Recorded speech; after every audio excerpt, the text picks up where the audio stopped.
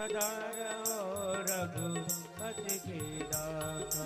तुमरे भजन राम जी को पावे, जन्म जन्म के दुख बिसरावे। अंधकार रघुवर पुर जाई, जहाँ जन्म हरि भक्त गाई। मोर देवता चैत्य न डरई, हनुमत से सर्व सुख करई। संकट कटे मिटे सब वीरा, हनुमत बलवीरा। जय जय जय हनुमान गोसाई, कृपा करौ गुरुदेव के नाई। जो सतबार पाठ कर कोई, छूटे भक्त महासुख होई। जो जय पढ़े हनुमान चालीसा, होय से दिशा की गौरीसा। तुलसीदास सदा हरिचेरा, कीजे नाथ हृदय में डेरा।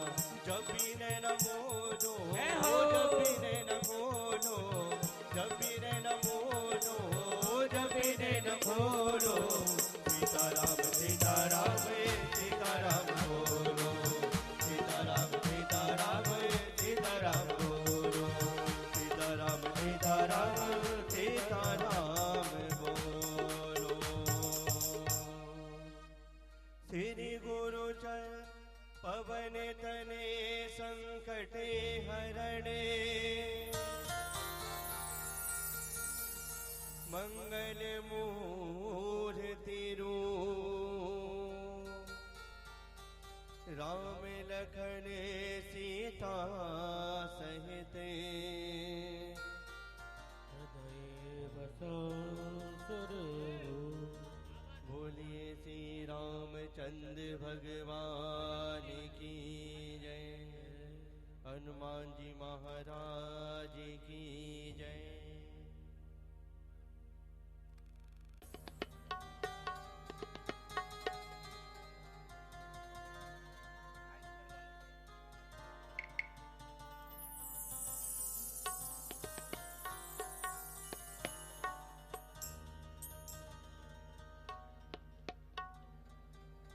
जय जय श्री राधा रमण, जय जय नवल किशोरे। जय गोपी चित चोर प्रभु, जय जय माखन चोरी।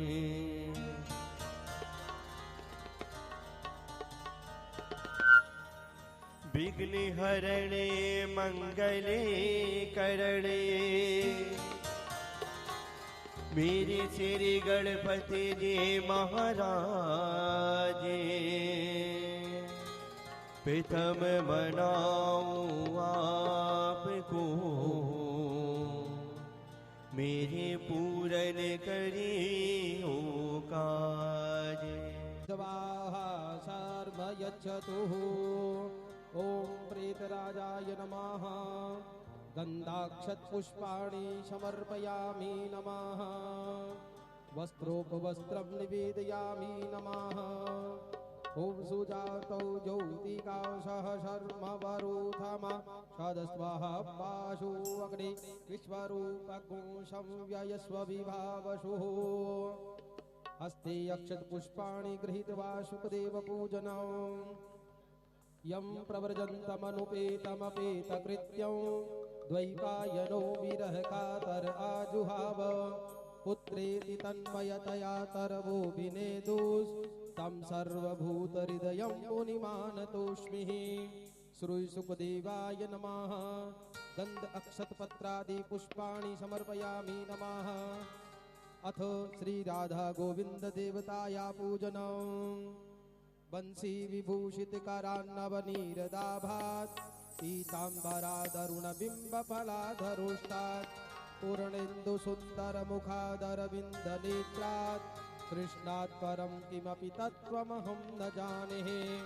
श्री राधा गोविंद देवताभ्यो नमः। गन्धादिभिर्सम्पूज्यः प्रार्थयेतः। गन्धं समर्पयामि। गन्धद्वारां दुराधर्षां नित्यपुष्टां करीषणीम् ईश्वरीं सर्वभूतानां तामिहोपवये श्रियां प्रणमेतः।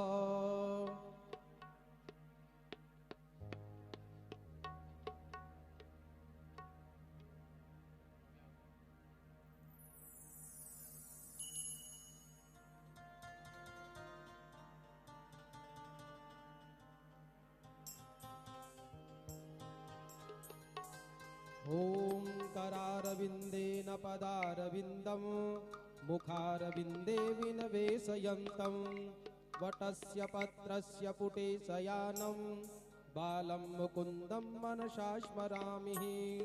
श्री राधा गोविंद देवताभ्यो नमः। श्री बालमुकुन्दाय नमः।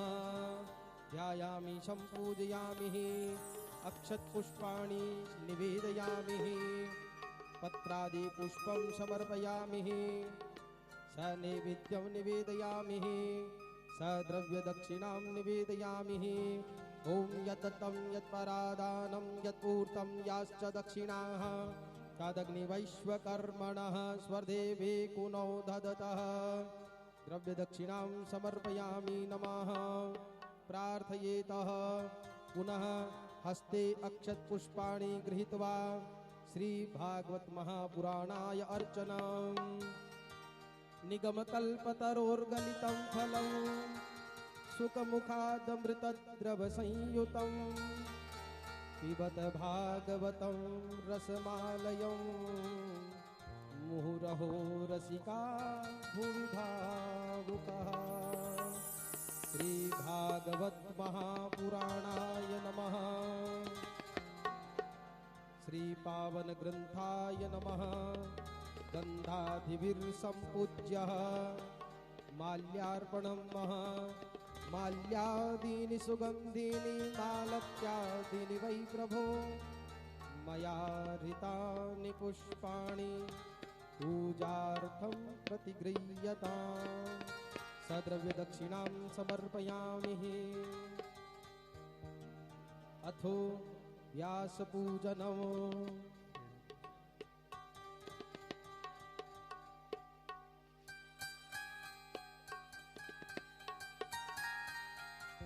नारायणं नमस्कृत्यं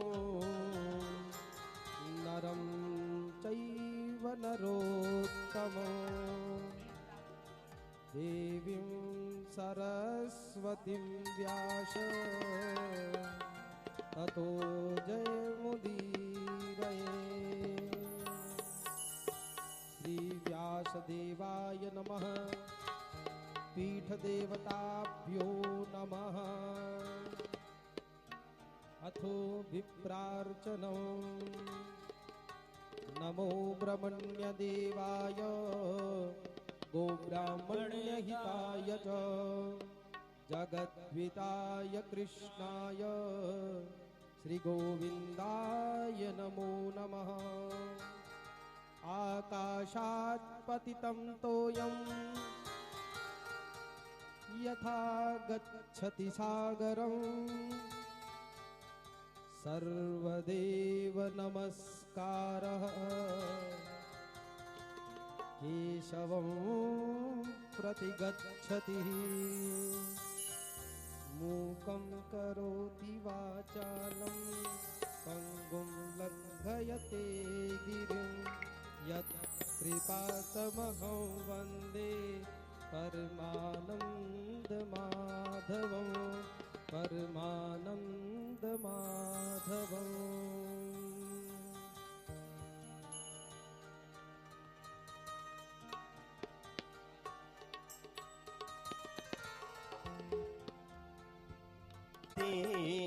पापियों को पाप से है तारती।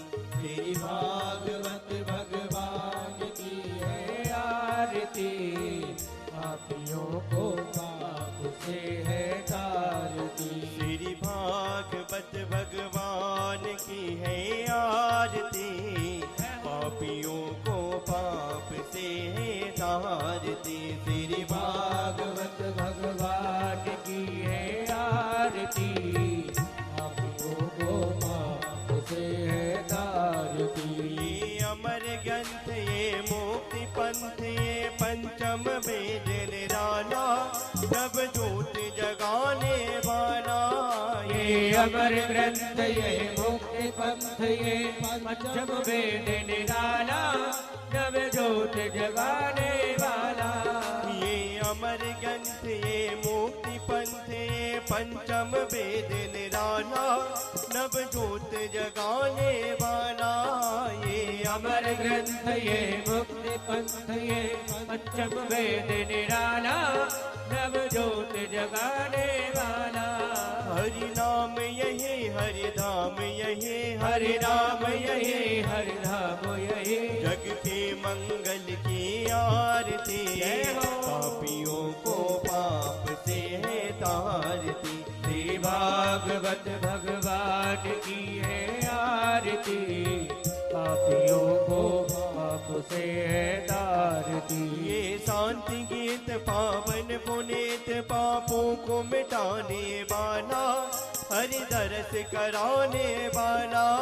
ये शांत गीत पावन पुनीत पापों को मिटाने वाला हर दरस कराने वाला। ये शांति गीत पावन पुनीत पापों को मिटाने वाला हरि दरस कराने वाला।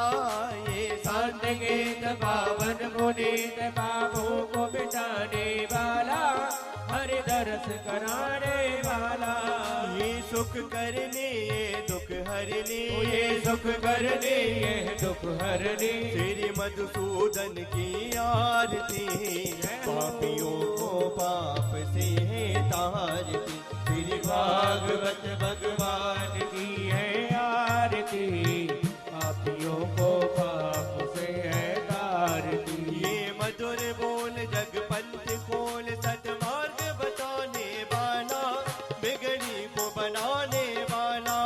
ये मधुर बोल जग पंथ खोल सदमार्ग बताने वाला बिगड़े को बनाने वाला। ये मधुर बोल जग पंथ खोल सतमार्ग बताने वाला बिगड़ी को बनाने वाला। ये मधुर बोल जग पंथ खोल सदमार्ग बताने वाला बिगड़ी को बनाने वाला।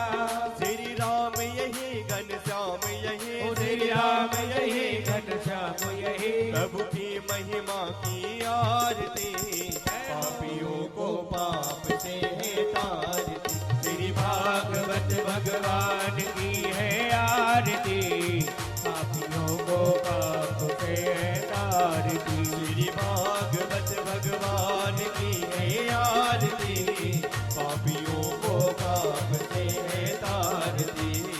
पापियों को पाप से है तारती। पापियों को पाप से है तारती।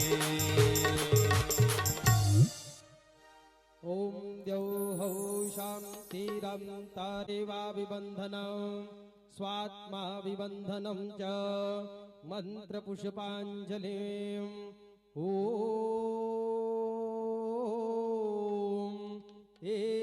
एकदन्ताय विद्महे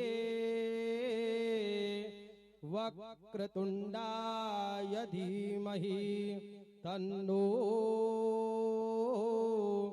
दन्तिः प्रचोदयात्। ॐ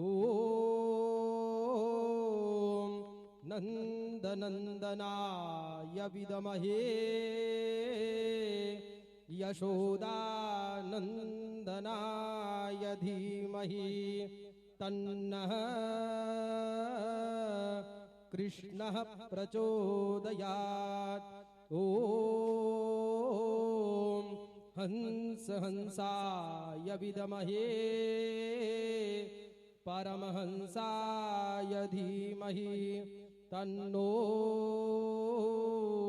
शुकः प्रचोदयात्। ॐ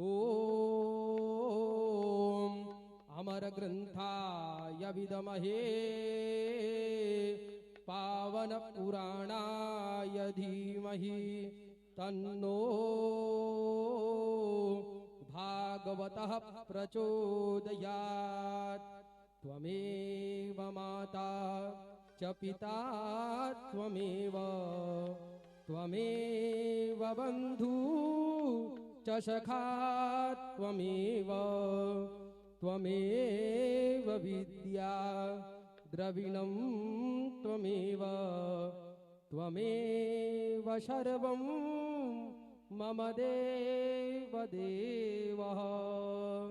मन्त्रपुष्पाञ्जलिं समर्पयामि। बोलिए श्री भागवत महापुराण की जय हो। श्री व्यास जी महाराज की जय हो। श्री सुखदेव जी महाराज की जय हो। श्री राधे गोविंद सरकार की जय हो। बोलिए बांके बिहारी लाल की जय हो। जय जय श्री राधे श्याम।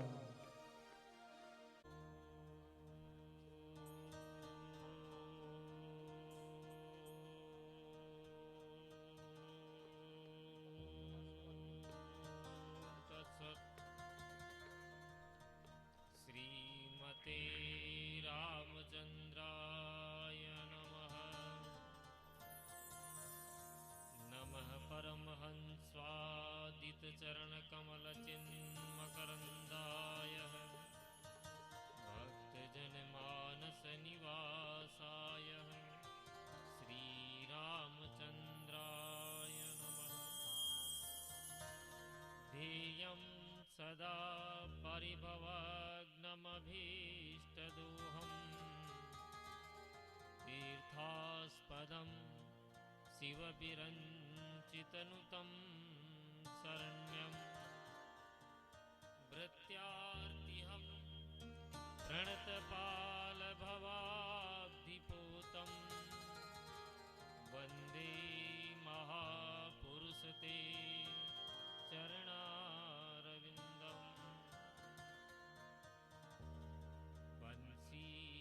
विभूषितकरा नवनीरदाभा पीताम्बरा दरुणबिम्बफलाधरोष्ठः पूर्णेन्दुसुन्दरमुखा दरविन्दनेत्रः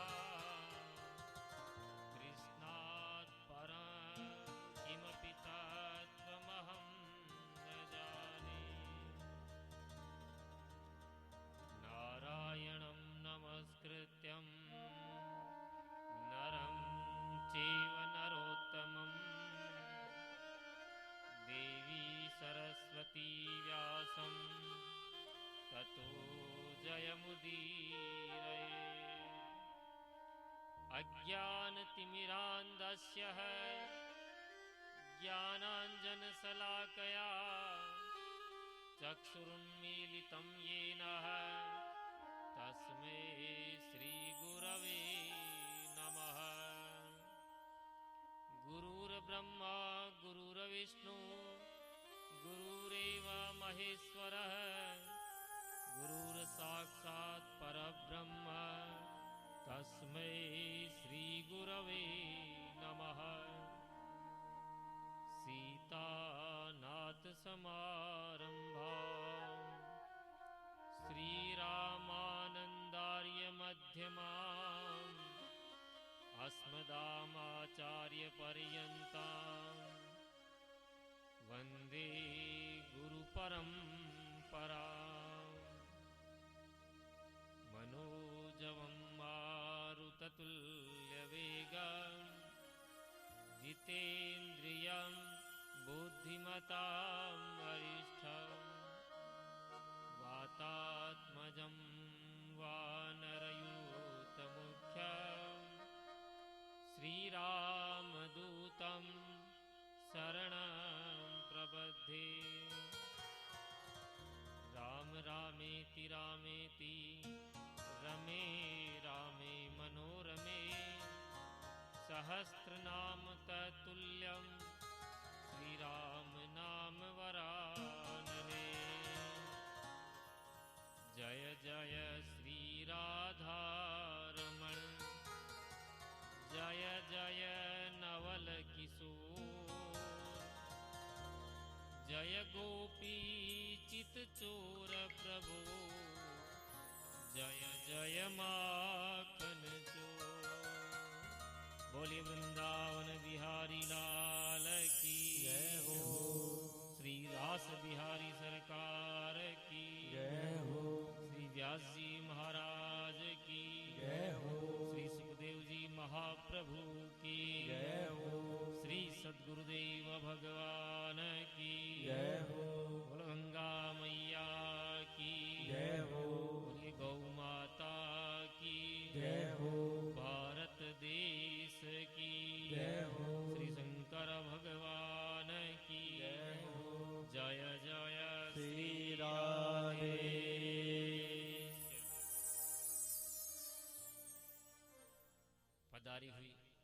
भक्तवृंद, श्रद्धामयी माताएं, श्रीमद् भागवत सप्ताह ज्ञान यज्ञ के आज द्वितीय दिवस हम आगे की कथा प्रारंभ करेंगे। तो कथा प्रारंभ से पहले कुछ क्षण हरि नाम संकीर्तन के बाद हम आगे की कथा आज प्रारंभ करेंगे। हे गोपाल राधे कृष्ण गोविंद गोविंद, श्री गोपाल राधा कृष्ण गोविंद गोविंद, हे गोपाल राधा कृष्ण गोविंद गोविंद, हे गोपाल राधा कृष्ण गोविंद गोविंद, नंदलाल राधा कृष्ण गोविंद गोविंद, लाल राधा कृष्ण गोविंद गोविंद, कृष्ण गोविंद गोविंद राधे गोविंद गोविंद, कृष्ण गोविंद गोविंद राधे गोविंद गोविंद, कृष्ण गोविंद गोविंद राधे गोविंद गोविंद, कृष्ण गोविंद गोविंद राधे गोविंद गोविंद, हे गोपाल राधे कृष्ण गोविंद गोविंद, हे गोपाल राधा कृष्ण गोविंद गोविंद, नंदलाल राधा कृष्ण गोविंद गोविंद, लाल राधा कृष्ण गोविंद गोविंद, कृष्ण गोविंद गोविंद राधे गोविंद गोविंद, कृष्ण गोविंद गोविंद राधे गोविंद गोविंद, नंदलाल राधा जय कृष्ण हो। गोविंद नंदलाल, लाल राधा कृष्ण गोविंद गोविंद,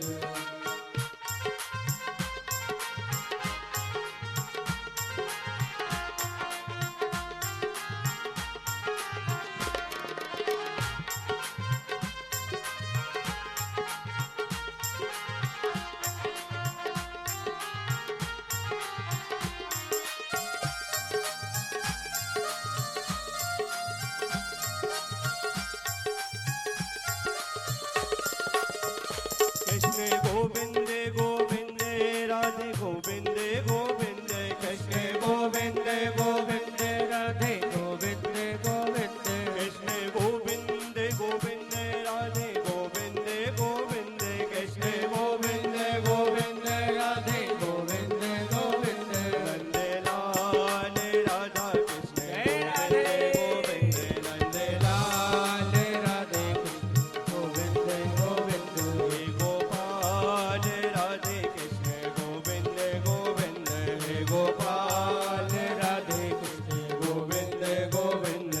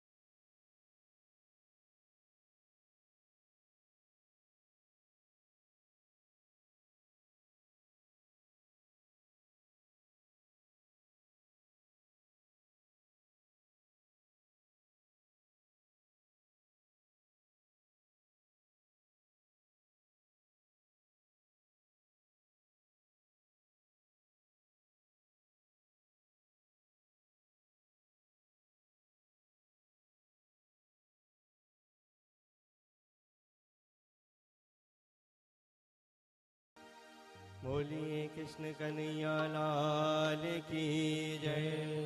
राधा रानी सरकार की जय। वृंदावन धाम की जय। बोली वृंदावन बिहारी लाल की जय हो। तेने ब्रह्म हृदयाच आदि कवये मुह्यन्ति सूरयः तेजो वारिमृदां यथा विनिमयो यत्र सर्गो मृषा धाम्ना स्वेन सदा निरस्तकुहकं सत्यं परं धीमहि। हम उसी परम सत्य का ध्यान करते हैं, सत्यम परम धीमहि, जो सबसे अटल सत्य है। सत्यम सच्चिदानंद स्वरूपम श्री कृष्णम परमम परमेश्वरम धीमहि ध्यायेमहि। सत्य के रूप में हम परमेश्वर श्री कृष्ण का ही ध्यान करते हैं। सत्य का अर्थ भगवान श्री कृष्ण से ही लिया गया है, क्योंकि श्रीमद् भागवत कथा के अंतर्गत जब भगवान माता देवकी के गर्भ में निवास करे, उस समय सभी देवताओं ने सत्य सत्य कह के ही भगवान की प्रार्थना की। सत्यव्रतम सत्य परम त्रिसत्यम सत्यस्य योनिं निहितं च सत्यः सत्यस्य सत्यमृत सत्यनेत्रं सत्यात्मकं त्वं शरणं प्रपन्नः। तो देवताओं ने भगवान कृष्ण को सत्य सत्य कहकर पुकारा, इसलिए सत्य स्वरूप श्री कृष्ण का हम ध्यान करते हैं। अब भगवान श्री कृष्ण कैसे हैं? जन्माद्यस्य यतः आद्यस्य जन्मादि विकार रहितस्य अपि यतः यत्र वसुदेव ग्रहे। जो भगवान अजन्मा है, जिसका जन्म नहीं हुआ, और वे परमात्माओं वैसे परमात्मा है जो भक्तों को परम आनंद प्रदान करने के लिए वासुदेव जी के घर में प्रकट हुए हैं। उनका जन्म नहीं हुआ, वसुदेव जी के घर में प्रकट हुए हैं। अब यहां प्रश्न ये आता है कि वो तो कारावास में उनका जन्म हुआ, वासुदेव जी के घर में थोड़ी हुआ। घर किसे कहते हैं? जहां घरवाली रहे उसी को घर कहते हैं। तो माता देवकी भी वहीं रहती थी, घरवाली भी वहीं रहती थी। जहां घरवाली रहेगी उसी को घर कहेंगे। इसलिए वासुदेव जी का घर वही था।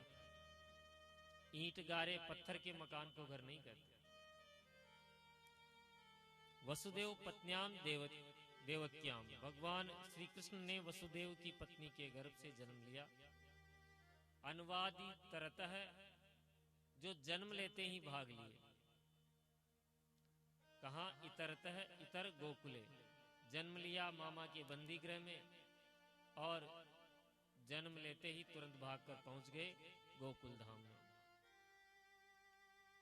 अर्थेषु विज्ञ है, अर्थेषु कंस वचनादि प्रयोजनेषु अभिज्ञ है, निपुण है। जो कन्हैया इतने कुशल हैं कि मामा कंस के बंदी गृह में जन्म लेकर गोकुल भाग आए, पर मामा जी को भनक भी नहीं लगने दी, पता भी नहीं लगने दिया। ऐसे परम कुशल परम निपुण हमारे श्री कृष्ण हैं। और स्वराट, स्वेषु गोपेषु राजते शोभते इति स्वराट, गोकुल में आकर अपने श्रीदामा मधुमंगल आदि ग्वाल बालों के बीच में गोप वेश में ऐसे सुशोभित हुए। कैसे? तेने ब्रह्म हृदयाच आदि कवये मुह्यन्ति यत् सूर्य। जिन प्रभु ने ब्रज में आकर ऐसी विचित्र विचित्र लीलाएं करी, जिसे देखकर चार मुख वाले ब्रह्मा जी भी चकित हो गए। ब्रह्मा बाबा भी चकित ऐसे हुए कि ये कोई परमपिता परमेश्वर भगवान का अवतार हो ही नहीं सकता। क्यों नहीं हो सकता? कि भगवान तो शुद्धता पसंद है, और ये ऐसा भगवान अवतार लिया है, जो झूठा मूठा ये गोप वालों के बीच में रहकर उनके मुख में लगा हुआ भी खा रहा है। ये भगवान नहीं हो सकता। तो ब्रह्मा बाबा परीक्षा लेने के लिए ब्रज के ग्वाल वालों को और बछड़ों को ही चुरा कर ले गए। परिणाम यह हुआ कि ब्रह्मा जी को अपनी भगवत्ता बतलाने के लिए भगवान ने स्वयं, जितने भगवान ब्रह्मा जी ने बछड़े चुराए थे उतने बछड़े स्वयं ही बन गए और इतने ही ग्वाल बाल बन गए। जितने बछड़े थे उतने स्वयं का ही रूप बना लिया। बलराम जी को भी पता नहीं लगने दिया कि ये बछड़े कोई और नहीं भगवान स्वयं है। एक वर्ष बाद में जब ब्रह्मा जी ने धरती पर आकर देखा तो कोई भी लीला नहीं बदली। जितने बछड़े भगवान ब्रह्मा जी चुरा कर ले गए थे उतने ही बछड़े, उतने ही ग्वाल बाल प्रेम से ब्रज में खेल रहे हैं, आनंद कर रहे हैं। तो ब्रह्मा जी को अपनी भूल स्वीकार करनी पड़ी और भगवान ने अपनी भगवत्ता दिखाई। ब्रह्मा जी ने चूंकि भगवान की परीक्षा ली थी, इसलिए भगवान भी ब्रह्मा जी का रूप धरकर ब्रह्मलोक पहुंच गए और द्वारपालों से कहा कि देखो, एक मेरा बहरूपिया है जो मेरा ही रूप धर के आएगा, उसको अंदर मत आने देना। और स्वयं जाकर ब्रह्मा जी के आसन पर विराजमान हो गए। जब ब्रह्मा जी वापस ब्रज में लीला देखकर वापस लौट रहे थे तो द्वारपालों ने रोक लिया कि ए बहरूप, ये कहां जा रहा है? कि मैं ही तुम्हारा यहाँ का मालिक हूँ, ब्रह्मलोक का। कि नहीं, हमारे मालिक तो अंदर विश्राम कर रहे हैं, तुम तो कोई बहरूपिया हो। ब्रह्मा बाबा ने समझ गए कि जो मैंने परीक्षा ली थी उसी का ये परिणाम है। तुरंत भगवान का स्मरण किया और भगवान तो केवल ब्रह्मा जी को आभास दिलाना चाहते थे। तो श्लोक में है, तेने ब्रह्म हृदयाच आदि कवये मुह्यंति यत् सूर्य। ब्रह्मा बाबा भी चकित हो गए, चार मुख वाले भी चकित हो गए। ऐसे हमारे भगवान श्री कृष्ण है। विश्वरूप भगवान कुछ भी बनने में समर्थ है, उनके लिए कोई अविद्या नहीं है।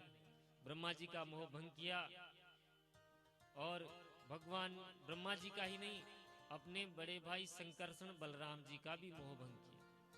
उन्हें भी यह भनक नहीं लगने दी कि ये बछड़े कोई और हैं और ग्वाल बाल कोई और है। तेजो वारी मृदाम यथा विनिमयो। बंसी की तान जब छेड़ते हैं हमारे कन्हैया, तो उनकी मधुर तान इतनी जिसके भी कान में पड़ती है वह समस्त भान भूल जाता है। कन्हैया की बंसी जब बजती है तो कलरव करती हुई यमुना जी का पानी ठहर जाता है। जल की प्रवृत्ति है बहना, वह रुक जाता है एक ही स्थान पर जब उनकी तान कन्हैया छेड़ते हैं।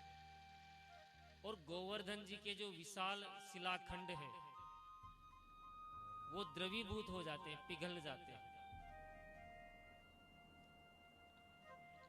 पत्थरों की विशेषता स्थायी रहना है, कठोर रहना है, पर कन्हैया की तान जब सुनते हैं तो वो भी पिघल जाते हैं। और जल का जो लक्षण है बहना, वो स्थायी हो जाता है, रुक जाता है। पाषाणेद्रः द्रवत्वम यमुनाया कठिनत्वम। पाषाण शिलाखंड तो द्रवित हो जाते हैं और यमुना जी कठिन हो जाती है, ठोस हो जाती है।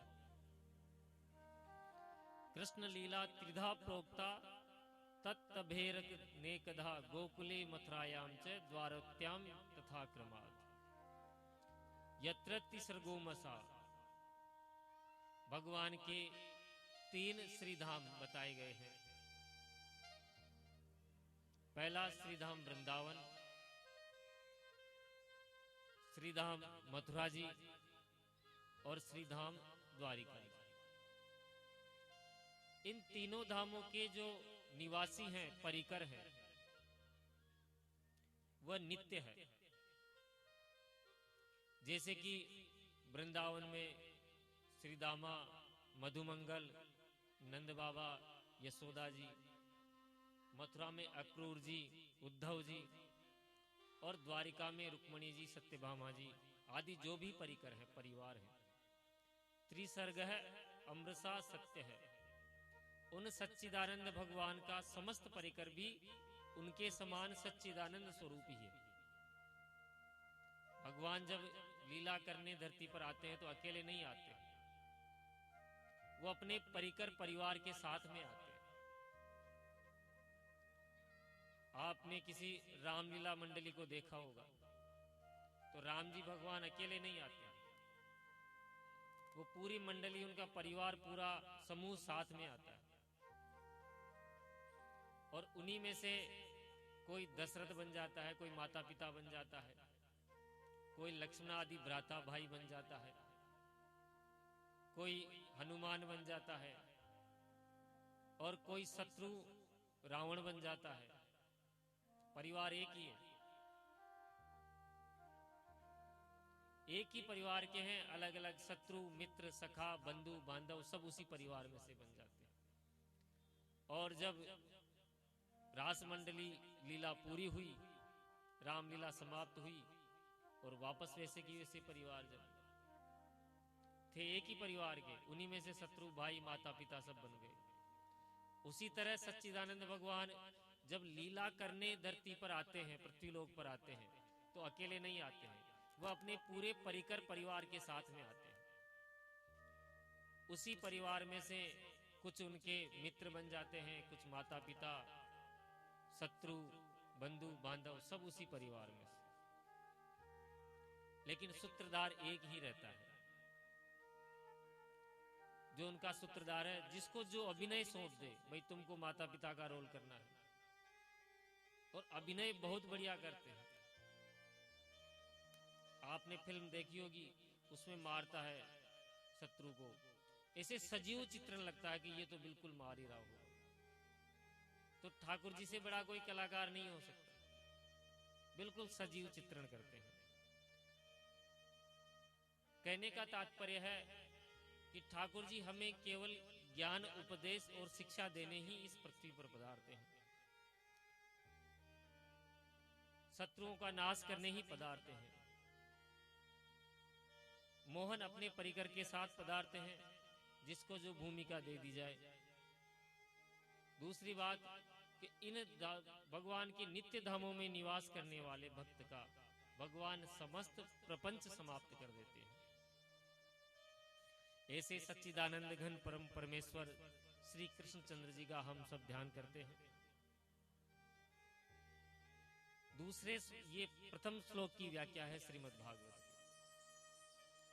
भागवत का जो दूसरा श्लोक है, धर्म प्रोज्जित केतवोत्र परमो निर्मत्सराणाम सतः वेद्य वास्तव मत्र वस्तु शिवदम तापत्रयोन्मूलनम। दूसरे श्लोक के माध्यम से व्यास जी कहते हैं कि श्रीमद् भागवत का विषय क्या है और श्रीमद् भागवत सुनने का पात्र कौन है। और तीसरी बात पूछते हैं व्यास जी कि श्रीमद् भागवत सुनने से क्या लाभ है। ये तीन प्रमुख बातें हैं, विषय क्या है, पात्र कौन है और भागवत से लाभ क्या है। व्यास जी कहते हैं कि श्रीमद् भागवत में निष्कपट परम धर्म का ही निरूपण है। परम धर्म किसे कहते हैं तो, और परम धर्म का स्वरूप क्या है, अत्रैव निरूप्यते नान्यत्र है। श्रीमद् भागवत में जिस परम धर्म का निरूपण किया गया है वह आपको अन्यत्र किसी भी पुराण में, किसी भी शास्त्र में सुनने को नहीं मिलेगा। परम धर्म है निर्मत्सराणाम सताम, निर्गतः मत्सरा तेभ्य ते निर्मत्सरा। निर्मत्सर होना, देखो मच्छर दो प्रकार के होते हैं, एक बाहर का मच्छर जो आपको दिखाई देता है और दूसरा हमारे शरीर के भीतर भी एक मच्छर विद्यमान रहता है। अब उसको मच्छर कह लो या मत्सर कह लो। मत्सर की व्याख्या होती है मत्तः सरति इति मत्सरः। बाहर के मच्छर को तो हम हाथ से, या आजकल वो एक लाइट की भी आती है चलाकर, या मच्छरदानी ओढ़ लो, कई उपाय हैं बाहर के मच्छर से रक्षा करने। पर भीतर का मच्छर यदि काटेगा तो कौन सा मच्छर? मान बढ़ाई का मच्छर। देखो देखो वो मुझसे कितना आगे बढ़ गया। जलन का मत्सर। आजकल लोग खुद के दुख से दुखी नहीं हो रहे, दूसरे के सुख से दुखी हो रहे। यह सबसे बड़ा मत्सर है। इसे मात्सर्य भी कहते हैं। और ये जो आपके पास मान बढ़ाई आती जाएगी, आपका कद ऊंचा होता जाएगा, तो ये मत्सर भी बड़ा होता जाएगा। जो जो व्यक्ति महापुरुष बनने लग जाता है, ये बड़े बड़े महापुरुषों को भी नहीं छोड़ता। कंचन तजना सहज है, सहज त्रिया का नेह, मान बढ़ाई ईर्ष्या दुर्लभ तजना दे। श्रीधर स्वामी कहते हैं कि निर्मत्सराणाम परोत्कर्षाम सहनम मत्सर है, तद्रहितानाम सताम भूतानुकंपिनाम। जिसने अपने भीतर से ये मत्सर निकाल दिया वो फिर निर्मत्सर हो जाएगा। दूसरे के सुख से भी जो सुखी रहने लग गया वो निर्मत्सर हो जाएगा। जिसके हृदय से मात्सर्य चला गया, किसी की मान बढ़ाई, धन, वैभव, प्रतिष्ठा आदि देखकर भी जिसका मन प्रसन्न हो जाता हो, और ऐसी जिसकी प्रवृत्ति है, वही भागवत सुनने का पात्र है। देखो, गाय का दूध तो अमृत के समान होता है, बिल्कुल अमृत के समान। लेकिन यदि आपका जो पात्र है, भगोनी इत्यादि कुछ भी है, यदि उसमें एक बूंद भी खटाई की मात्रा रहेगी तो वह अमृत के समान दूध है, वो 1 मिनट में फट जाएगा। दूध तो अमृत के समान है, पर पात्र आपका सही नहीं है तो वह आपके लिए लाभदायक नहीं रहेगा। तो सबसे पहले हमें भागवत सुनने के लिए निर्मत्सर होना पड़ेगा। वही व्यक्ति भागवत सुनने का पात्र होता है, अधिकारी होता है। अच्छा महाराज, अब हमने पात्र भी बढ़िया बना लिया, निर्मत्सर हो गए, तो भागवत सुनने से लाभ क्या है, फायदा क्या है? तो व्यास जी लाभ गिनाते हैं कि वेद्यम वास्तव मात्र वस्तु शिवदम तापत्रयोन्मूलनम। 3 तरह के जो ताप है उनका उन्मूलन हो जाता है, देहिक, देविक और भौतिक। इन तीनों तरह के तापों का उन्मूलन श्रीमद् भागवत के द्वारा हो जाता है।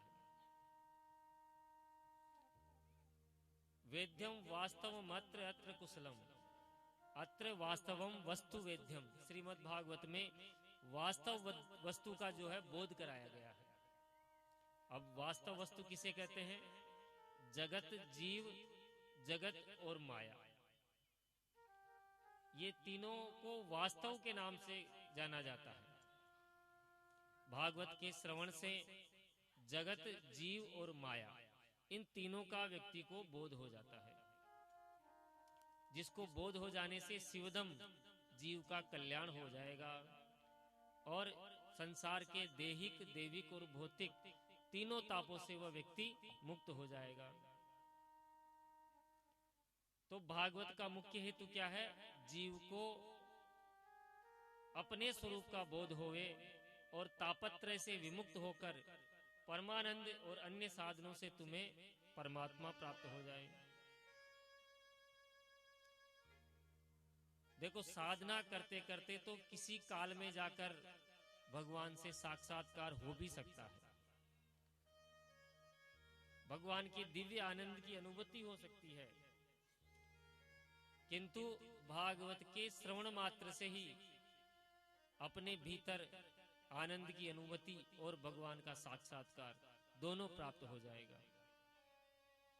अभी कथा सुनी नहीं, केवल सुनने की मन में इच्छा प्रबल हुई है तो सुनने की जो उत्कंठा का उदय होता है तभी परमात्मा हृदय में आकर अवरुद्ध हो जाते हैं, बंद हो जाते हैं।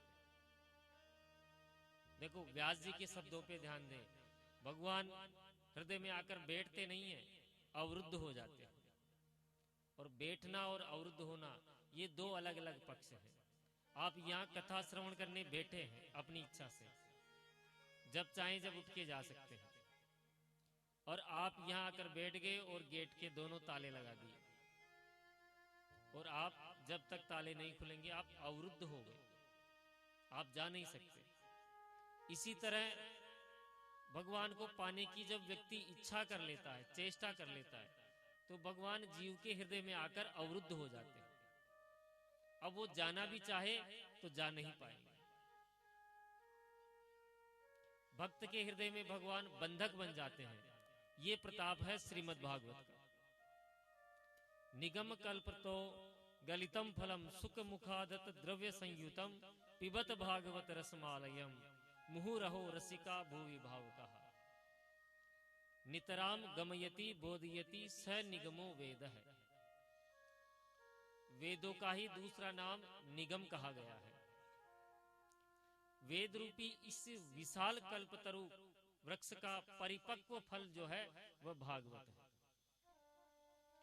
किसी ने पूछा कि यदि वेदों का ही ये फल है और वेदों की इतनी उच्च ऊपर की शाखाओं से आकर ये टपका है तो जरूर फूट गया होगा, कि नहीं, ये फूटा नहीं, क्योंकि ये शाखा प्रति शाखा पे होता हुआ ये नीचे आया है।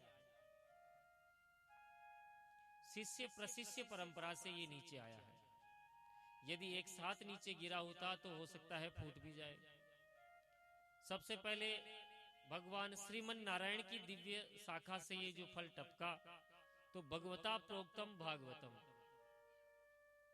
इसका नाम भागवत है, जो भगवान के ही द्वारा कही गई है। क्योंकि चतुश्लोकी भागवत के रूप में यह बीज भगवान ब्रह्मा जी को प्रदान किया। तो नारायण की शाखा से टपका और ब्रह्मा जी की शाखा पे अटक गया। फिर ब्रह्मा जी की शाखा से टपका, नारद जी की शाखा पे अटक गया। नारद जी की शाखा से टपका तो व्यास जी भगवान के पास आके अटका, और व्यास जी की शाखा से टपका तो सुखदेव जी की शाखा पे अटक गया। सुखदेव जी की शाखा के द्वारा ये परीक्षित जी की शाखा, फिर सूत जी को और अनेक ऋषियों को प्राप्त हुआ। तो धीरे धीरे डालियों के सहयोग से धरातल पर आया, इसलिए टूटा फूटा नहीं है। यथावत ज्यों का त्यों यह फल धरातल पर उपलब्ध हो गया। किसी ने पूछा कि फल तो आपका बड़ा सुंदर है, मीठा होना चाहिए, पका हुआ भी है, परंतु यदि खट्टा निकल गया तो व्यास जी ने कहा कि ये फल एकदम मीठा है, इसकी पूरी गारंटी है। क्यों? कि सुख मुखादमृतम द्रव्य संयुतम, ये सुख मुख विगलित फल है, सुखदेव जी के द्वारा चखा गया फल है। इस फल में सुखदेव जी जैसे परमहंसों का मुंह लगा हुआ है, और ऐसे वैसे महात्मा नहीं है सुखदेव जी, जन्म लेते ही परिव्राजक हो गए। तो इस भागवत रूपी फल को मुंह लगाने के वाले तोता सुखदेव जी भी एकदम पक्के पारखी विद्वान परमहंस और परम रसिक, ऐसे विशेषज्ञ की इसमें चोंच लगी हुई है, तो फल खट्टा होने का प्रश्न ही नहीं। पुनः जिज्ञासु ने पूछा कि महाराज आपका फल भी सही है, मीठा भी है, इसमें रस कौन सा है? जैसे आम में आम रस होता है, हर फल में अपना अपना रस होता है। तो अमृतम परमानंद है स एव द्रवो रस है। परमात्मा ने श्रुतियों के रूप में ही इसे रस रूप में प्रतिपादित किया है। रसो वेश है, रस रूप ही श्रीमद् भागवत है। रसम हेव्याय लब्धा नंदी भवती, वह परमात्मा रस स्वरूप ही है। परमात्मा रूपी रस इस भागवत रूपी फल में भरा हुआ है। श्री कृष्ण रस से परिपूर्ण ये फल है। इसमें भगवान श्री कृष्ण के मधुर मधुर चरित्रों का रस स्वरूप में विद्यमान है, क्योंकि स्वयं परमात्मा ही वांगमयी मूर्ति ये श्रीमद् भागवत है। ये रसराज कृष्ण श्रीमद् भागवत में ही विराजमान है।